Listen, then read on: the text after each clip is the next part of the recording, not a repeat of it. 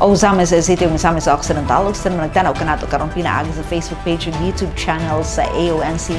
May adlaw kumusta Disyembre 1, 2025, Pasko na. Para sa pinakalahing nga balitang Asenso, this is Ozamis Today.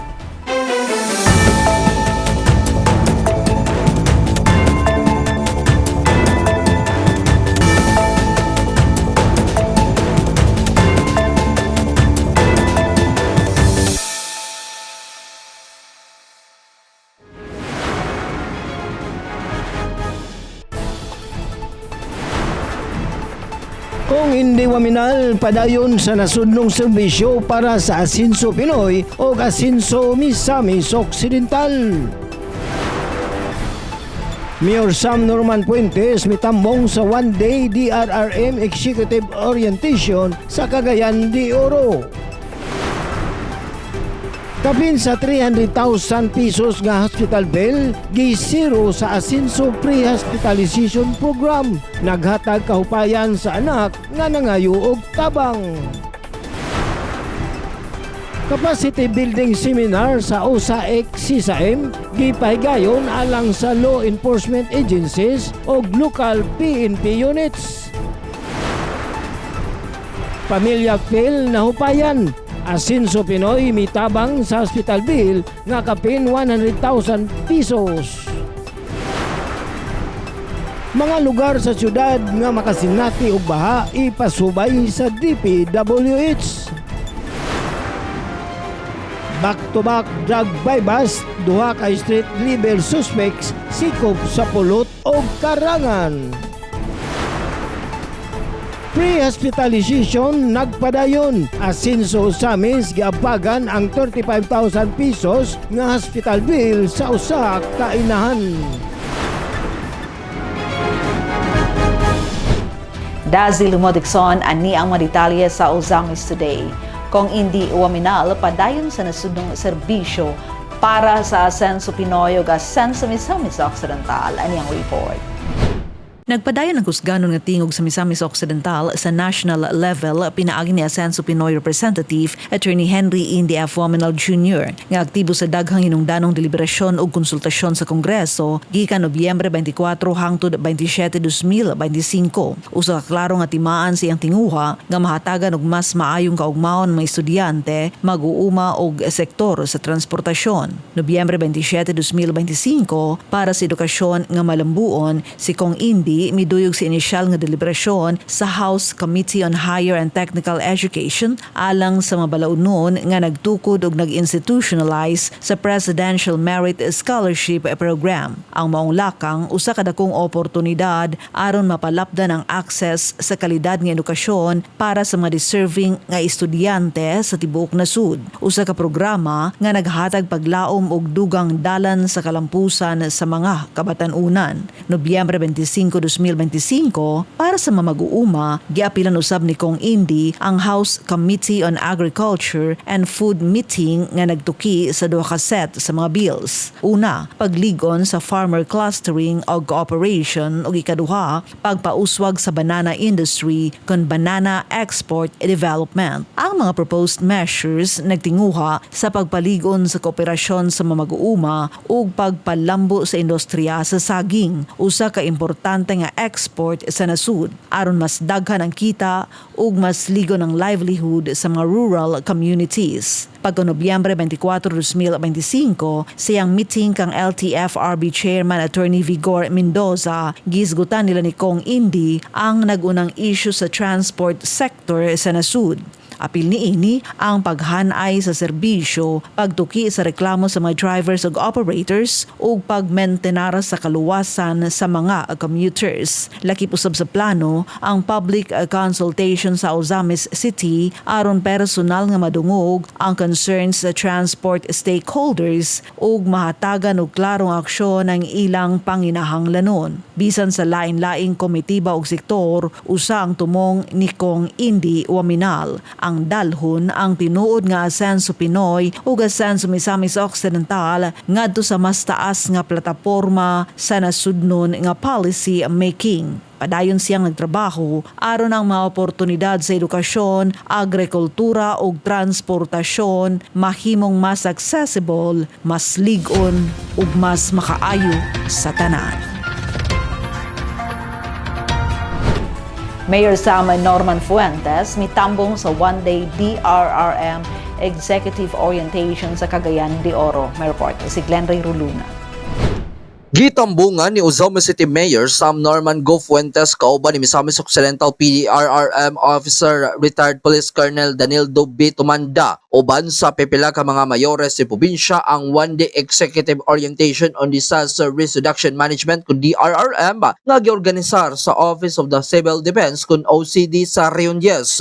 Gipay gayon ang mong orientation sa Mulberry Suites Business Hotel, Cagayan de Oro City nga nagtingwa sa paghatag og updated knowledge, best practices ug estrategikong pamaagi alang sa lokal nga mga gamahanan og DRRM officers sa pagpangandam, pagtubag, pagpakunhod og resgo og pagbangon human sa kataladman. Pinaagi sa mong pagbansay-bansay nakakuha ang PDRRM office og bililhong kasayuran na aron niya mas mapalambo ang mga programa sa DRRM sa probinsya, mapalig-on ang koordinasyon tali sa mga nagkalain-laing ahensya ug masiguro nga Misamis Occidental mga pabiling lig-on ug andam sa pagtubag sa bisan unsang hagit o kalamidad. Ang aktibong partisipasyon ni Mayor Fuentes sa kapakita sa liderato nini nga tinud-anay og commitment uban ni Working Governor Attorney Henry S. Huminal sa proactive na disaster risk management ug sa pagpanalipod sa katawhan sa Ozamis ug Misamis Occidental. Ang pagtambong sa pipila ka mga opisyal sa probinsya gipasiugda og gisuportahan usab ni Working Governor Henry S. Huminal isip timaan sa iyang padayon nga suporta sa kaluwasan ug kahimsog sa mga Misamisnon.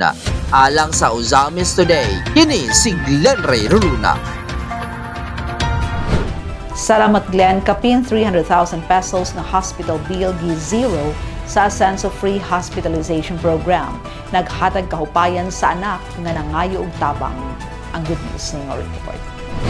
Isip usa ka anak si Joanna Apata Gonzales, 31 anyos, lumulupyo sa barangay Panay, lungsod sa Clarin, miduol sa buhatan ni 2nd District Representative Congressman Sancho Fernando Ando F. Waminal tungod sa medikal nga emerhensya nga nahiaguman siyang inahan nga si Vevincia Apata, 61 anyos, nga na-admit sa Medina General Hospital. Gipadayag ni Joanne nga kini ang unang higayon nga miduol siya aron maka-avail sa Ascenso Free Hospitalization Program. Mas napalapdan nga programa ni Kong Ando para sa mga taga-segundo distrito nga una nining gisugdan sa Ozamis sa dihang siya pa ang mayor sa Dakbayan ug karon nagserbisyo na sa libuan pa ka mga residente sa Distrito 2 nga nagkinahanglan sa tabang ug kasulbaran sa ilang medikal nga galastuhan. Ako si Joanne Apata Gonzales, taga Purok 7, Panay, Clarin, Misamis Occidental, o 31 years old. Nag-avail po og assistance for medical. Kapila naman ini mo avail og assistance mo? First time jud na ko ning pag-avail sa Asinso. Ang pasyente mao si Vevincia Apata, ang ako ang mama. Naa siya na-admit sa Medina Hospital. Ang diagnosis sa iyang inahan mo ang stroke ay tungod sa bleeding sa ugat sa utok nga nakaapekto sa ubang parte sa utok ug may resulta sa natigom nga tubig kon hydrocephalus. Ang iyang inahan aduna usab sakit sa kasing-kasing ug taas nga blood pressure nga nakahatag og komplikasyon. Usa kini kadelikadong kahimtang diin ang usa ka ballooned blood vessel sa utok mibuto hinungdan sa grabing pagdugo o sa arachnoid hemorrhage. Tungod niini nagpundo ang likido ug mitaas ang presyon sa utok ug nahitabo ang grabing convulsion kun seizure. Ang nagunang hinungdan niini lambigit sa taas nga presyon sa dugo kun high blood pressure ug sa mga ugat nga migahi. Tungod sa seryosong komplikasyon, nagkinahanglan nga i-ICU ang pasyente nga may resulta sa pagsaka silang hospital bill ngadto sa 312,896 pesos and 16 centavos. Bisan pa man sa kadako sa mong bill, kini gisulbad og hingpit nga gi-zero sa Ascenso Hospitalization Program ni Kong Ando. Ano ma'am, kanang atake ma'am, mag-seizure bitaw siya ma'am, so kinahanglan dito siya i-ICU. As in, dako kay kong pasalamat ma'am kay nag-grant jud ang 312,896.16 nga dako jud kay kong pasalamat sa Asinso for the first time na akong pag-avail na grant jud. Dugang pasalamat pa ni Joanne alang kangkong segundo ando Waminal inubanan sa suporta ni Governor Henry S. Waminal, Asenso Pinoy Representative Attorney Henry India F. Waminal Jr., kanunay Asenso Ozamis Mayor Sam Norman Fuentes ug sa kinitibuk ang team Asenso Administration. Nagpasalamat kong dako sa ato ang especially ni Congressman Ando Waminal ug sa iyang amahan nga si Gobernador Henry Waminal ug sa ato ang Congressman Indy Waminal nga dako kay kog pasalamat sa mga Waminal jud kay tungod kaninyo ang ako ang dakong problema bahin sa hospital bill as in na zero jud na grant jud na tabangan jud ko ninyo sa akong pamilya. Salamat jud kaayo ninyo kong og gobernador. Ang Asenso Free Hospitalization Program ubos sa pagpanguna ni Congressman Ando Waminal padayon nga naghatag kaupayan sa katawhan sa segundo distrito sama sa nasinati sa usak anak nga si Joanne Pata Gonzales. Taliwala sa makasubo nga emerhensya nga meresulta sa pagpanaw siyang inahan, siya ug ang iyang pamilya nahupayan ug wala na makabati pa ug dugang kabugat tungod kay nasinati ug napamatudan nila ang lubos-lubos ug tinudanay nga serbisyong tatak Asenso. Capacity building seminar sa USAEC SAM ipahigayon alang sa law enforcement agencies sa local PNP units. Itutukan ng giyatuan ni Yon Medalyo ang mga balita, aniyang report. Sa padayong pag-asinso sa dakbayan sa Ozamis, ilabina ang pag-ilan ini isip Justice Zone City nga nagpalig-on sa seguridad o justisya sa syudad na paigayon ang capacity building seminar on online sexual abuse or exploitation of children, child sexual abuse or exploitation materials kung USAEC SAM case built up for law enforcement agencies nga gisugdan adlong Lunes, Disyembre 1 ning tuiga ug matapos adlong Martes, Disyembre 2 sa Royal Garden Hotel, Ozamis City. Ang maong kaliukan bugos nga gisuportahan sa kanunay Asinso Ozamis Administration ubos sa liderato ni Mayor Sam Norman G. Fuentes nga gitambungan mismo ni City Administrator Rotisa Grace Oano uban ang mga local justices, fiscal, abogado ug mga representante sa nagkalain-laing law enforcing agency sama sa Ozamis Police Station, Sikan Provincial Mobile Force Company, Criminal Investigation and Detection Group sa probinsya, Intelligence Unit sa Misamis Occidental ug pipila pa gikan sa Regional Mobile Force Battalion. Sa mensahe ni Mayor Sam nga gipabot pinaagi ni City Administrator Uano, iyang ipadayag ang iyang dakong pasalamat sa Justice Sector Coordinating Council ug Ozamis City Special Justice Zone alang sa ilang walay puas nga pagpaningkamot sa pag-organisar sa maong inisyatiba. I would like to express my sincere gratitude to the Justice Sector Coordinating Council and Ozamis City Special Justice Zone for their unwavering commitment to organizing and approving this initiative. Your dedication to strengthening our justice system is deeply appreciated by the city government of Ozamis. Dugang pa sa iyang mensahe, iyang ipahayag nga isip mayor sa dakbayan. As your city mayor, I wholeheartedly support this initiative, fully aligned with our Asenso brand of service. Asenso is more than a vision.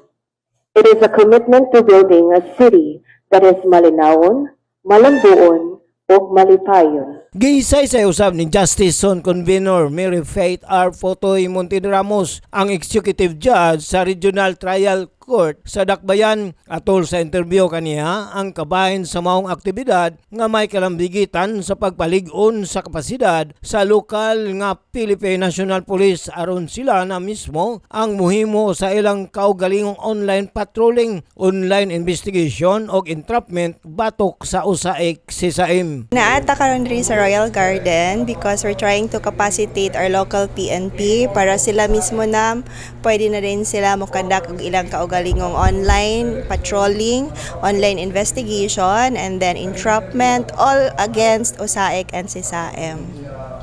Dugang pagpasabot pa ni Judge Montede Ramos kabahin niini nga pagpaligon sa kapasidad sa lokal nga kapulisan. Ato mo kung mga kaso diri karon so far diri sa Ozamis City, ang nagama gud ang nag-action ani ay kanang mga police officers from the WCPC Zamboanga City. Mauna sila ang sa Women and Children Protection Center, Mindanao Field Unit. So gusto ta nga kita we would be able to clean our own backyards.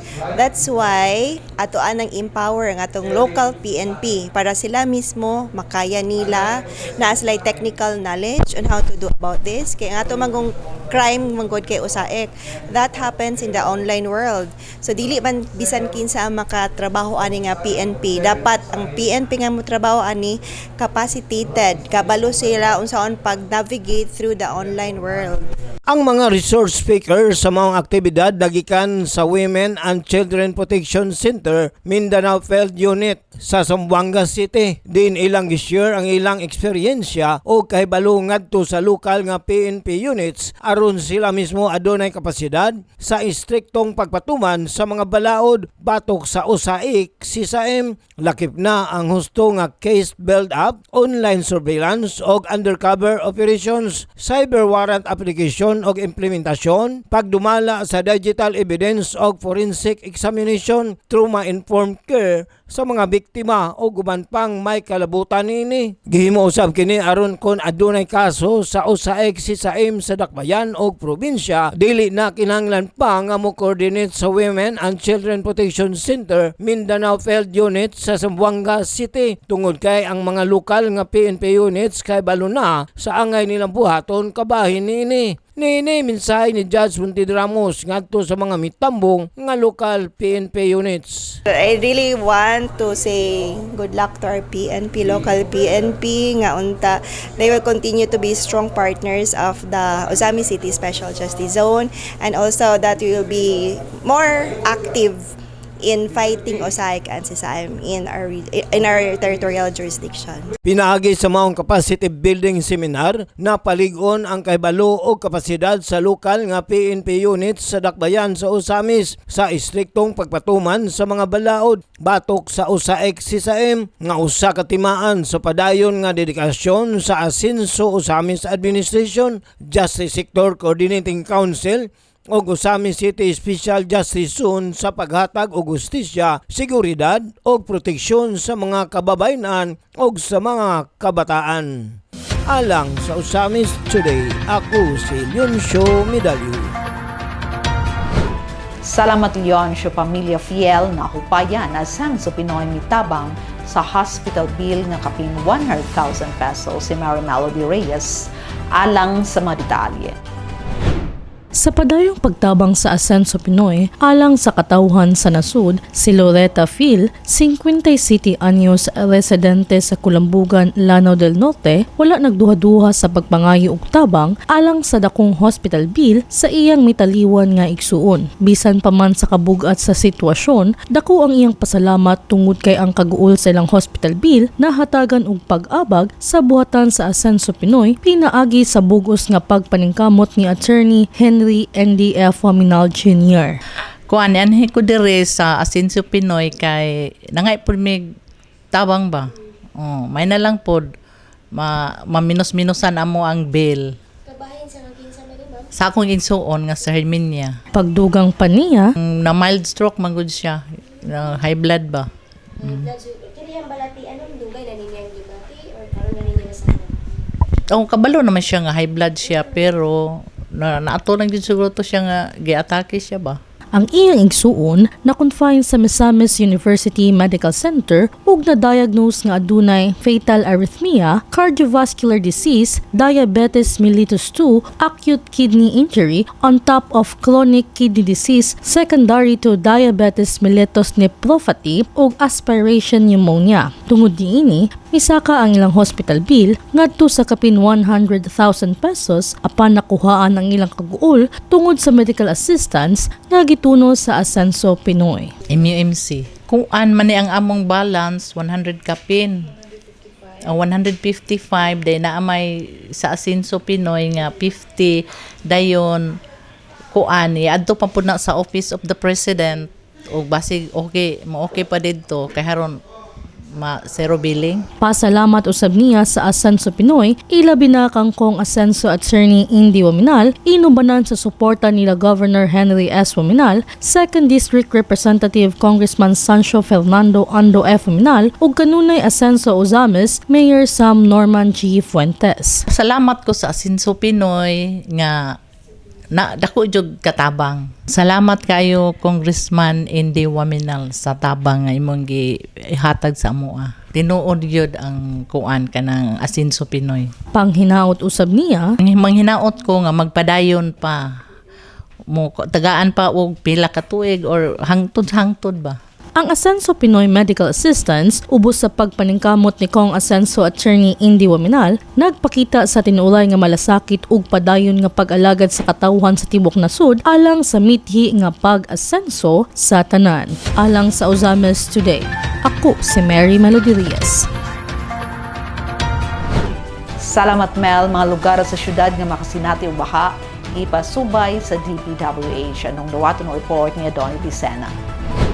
Gitubag na sa Ozamis City Hall ang mga reklamo labot sa mga bahin sa dakbayan sa Ozamis nga makasinati og mga pagbaha sa gayon nga kusog ang ulan. Atol sa ulahing regular session sa Konseho ng Syudad, gihimuan gilayon og resolusyon ang sulat pamahayag ni Mayor Sam Norman Go Fuentes nga naghangyo sa presensya sa Department of Public Works and Highways, 2nd District Office aron sa pagtuon og paghatag og rekomendasyon alang sa kasulbaran. Sa resolusyon nga giduson ni Committee on Public Works and Infrastructure Chairman Honorable Saulo Salvador, iyang gipaklaro ang mga bahin sa syudad nga makasinati og mga pagbaha. Kini ang bahin sa New Road sa Karangan Buli og Barangay Banyadero, Oxibal sa may sitio Bangkal Aguada og Circumferential Road particular sa may Emcor Best Bike og ang bahin sa Cruising Highway sa Barangay Gango particular sa may simbahan padulong ngadto pasulod sa Barangay San Antonio. Malungtarong sulbad sa pagbaha ang gustong mahitabo ni Mayor Sam Norman Go Fuentes pinaagi sa tukmang drainage system og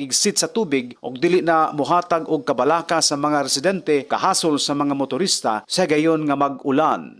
Madam Chair, I would like to pass this resolution earnestly requesting Engineer Caroline C. Abinalis, Officer in Charge, Office of the District Engineer, Misamis Occidental, 2nd District Engineering Office, Department of Public Works and Highways, Region 10, to undertake fact-finding, planning, and recommendatory action to address severe flooding along the Ozamis City Clarin Interior Bypass Airport Link or Oxibal, particularly the Oxibal Banyadero Karangan Road, the intersection of Mayor Fernando Bernad Avenue and Benjamin Alinas Fuentes Avenue, specifically the area near Emcor and Shell, in Don Anselmo Bernad Avenue, and particularly from City Hardware to Gango Elementary School and in Barangay Banyadero,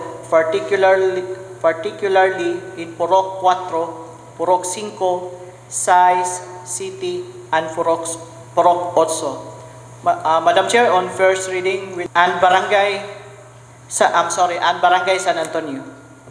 Whereas the Department of Public Works and Highways, DPWH, is mandated to undertake the planning, design, construction, and maintenance of national infrastructure, including national roads, bridges, flood control structure, and water resource facilities, and to ensure that all public works plans and project design adhere to current standards and guidelines.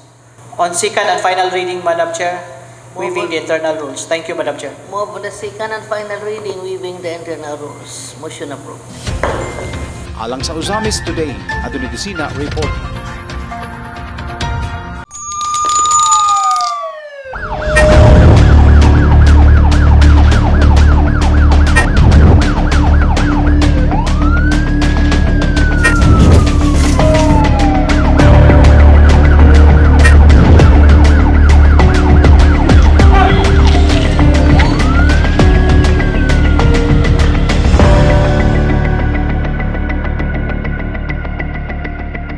Back-to-back drug by bust, duha ka street-level suspects sikop sa pulot ug karangan. Nibalik alang sa police report si Leon Shumidalio. Padayon sa pagpakabana og lig-on nga pakigbatok ang kapulisan sa Usamis batok sa illegal nga droga. Malampusong nasikop sa mga operatiba sa Usamis City Police Station ang duha ka street level individuals kon LSIs pinaagi sa managlahi nga bypass operation nga gipahigayon sa Barangay Pulot ug Barangay Karangan. Sulod lang sa usa ka adlaw adlong Biyernes, Nobyembre 28 ning tuiga. Sa unang drug bypass operation sa kapulisan sa Purok 5, Barangay Pulot, pasado alas 12:30 sa udto, unang nasikop si alias Jerry, 32 anyos, minyo og manahiay nga residente sa Barangay Kugon. Di nakuha gikan sa iyang posisyon ang duha ka small size ug usa ka medium size sachet sa giingong shabu, usa ka earring box nga gisudlan sa droga, usa ka lighter ug ang 500 pesos nga bypass money. Samtang kapin kung kulang alas 3:30 sa hapon, human lamang sa unang bypass operation sa kapulisan sa Barangay Pulot. Laing operasyon na usab ang nagmalampuson sa Integrated Bus and Jeepney Terminal kun IBGT sa Agora, Barangay Karangan. Nasikop sa mga operasyon si alias Franz, 31 anyos, adunay live-in partner og lumulupyo sa Barangay Pulot nga usa ka provisioner nga kaniadto nadakpan na sa samang sa laod og nasikwati pag-usab human mobalik sa illegal nga kalihukan. Ang maong operasyon ubos sa pagpanguna mismo ni OIC Chief of Police Lieutenant Colonel Harvey Serrano Avillanusa. Kauban sila Operations Officer Police Captain Joseph Rua Cagbabanwa og Investigation Officer Police Captain Alpi Sabadukya. Atol sa pagbody search kang alias Franz nga gisaksiyan ni Kagawad Marites Kagapi sa Barangay Karangan, representante sa Department of Justice og local media. Nakuha gikan sa iyang posisyon ang 5 ka sachet sa giingong shabu. Lakip na ang napalit sa poster buyer, usa ka plastic container nga gisudlan sa droga, duha ka aluminum foil ug ang 500 pesos nga bypass money. Ang duha ka mga suspitsado nga naila nga sila alias Jerry ug alias Franz parehong anaa karon sa kustodiya sa Usamis City Police Station, samtang giandam ang tukmang kaso batok kanila ubos sa Republic Act 9165 o Comprehensive Dangerous Drugs Act of 2008. Ang kalapusan sa duha ka mga operasyon nagpakita sa tinud-anay nga dedikasyon sa Usamis City Police Station sa pagpanalipod sa katawan ug dakbayan gikan sa illegal nga droga, uban sa padayon nga suporta sa kanunay Asenso Usamis Administration ubos sa liderato ni Mayor Sam Norman G. Puentes alang sa usa ka malinahon, luwas ug drug-free nga Usamis City. Alang sa Usamis Today, ako si Yonshu Medali.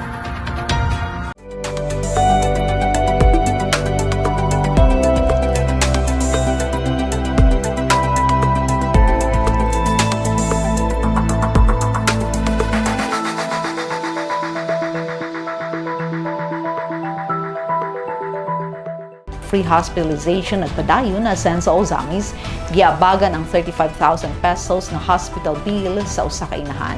Ani ang report ni Angela Quirante.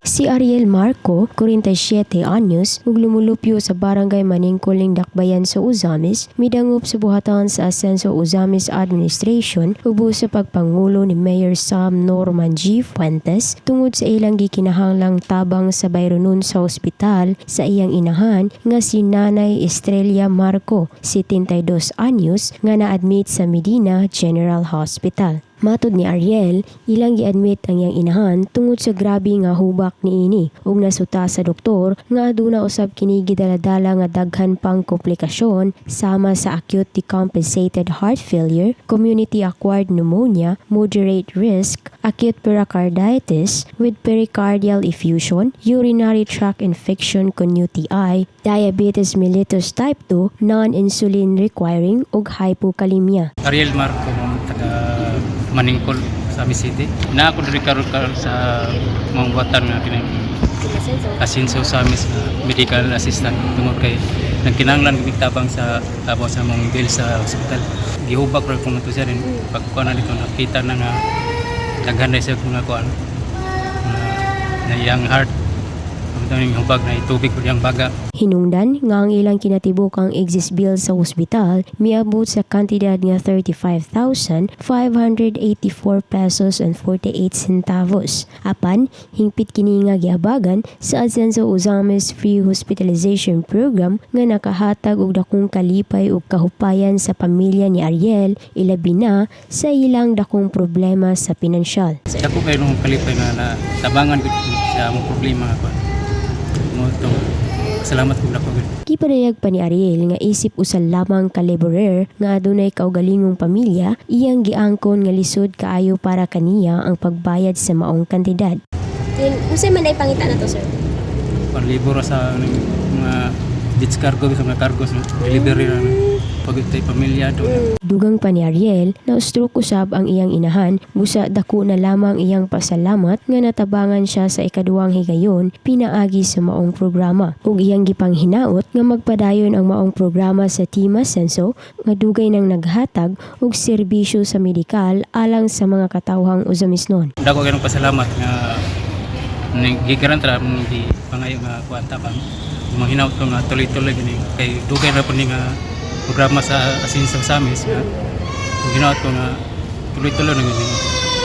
Ang tabang nga nadawat sa pamilya ni Ariel Marco ingon man sa iyang inahan nga si Nanay Estrella usa lamang kapamatuod sa tinuod nga pagpakabana sa Asenso Ozames Administration alang sa katawhan uban sa pagpanguna ni Governor Henry S. Waminal, Kong Segundo Sancho Fernando Ando F. Waminal ug Kong Asenso Attorney Henry N.D. F. Waminal Jr. o ingon man sa amahan si Dakbayan Mayor Sam Norman G. Fuentes. Ang Asenso Ozames Free Hospitalization Program naghatag dili lamang og kahupayan sa pinansyal nga aspeto apan nagpamatud usab sa padayon nga pag-atiman sa administrasyon sa mga panginahanglanon sa katawhang Uzbekistan tabang sa mga pamilya nga nagkinahanglan og medikal ug pinansyal nga suporta. Alang sa Ozames Today, ako si Angela May Kerante. Salamat me ang Ozames Today at kanatin nga serbisyo publiko sa kanunay Asenso Ozames Administration pinaagi sa Asenso Ozames News Channel ubos sa pagdumala ni Mayor Attorney Sam Norman G. Fuentes. Alang sa dugang impormasyon, please like our official Facebook pages Sam Norman Fuentes, Attorney Indy Waminal, Kong Ando Waminal ug Asenso Ozames News Channel. Please subscribe to the official AONC YouTube channel. Sa ngalan sa kitibukang AONC team, Yonsho Medalio, Adoni Dicena, June Purgatorio, Ares Carpio, Kim Tangaro, Macchul Nalinis, Mary Melody Reyes, Angela May Kerante, Mary Ana Lumapas, Xander Dalid, si Glenn Ray Ruluna sa Misamis News Network. Ako si Dazzle Modixon, daghang salamat. Kanunay, Asenso Ozames, padayon Asenso Segundo Distrito, Asenso Misamis Occidental, Asenso Pinoy.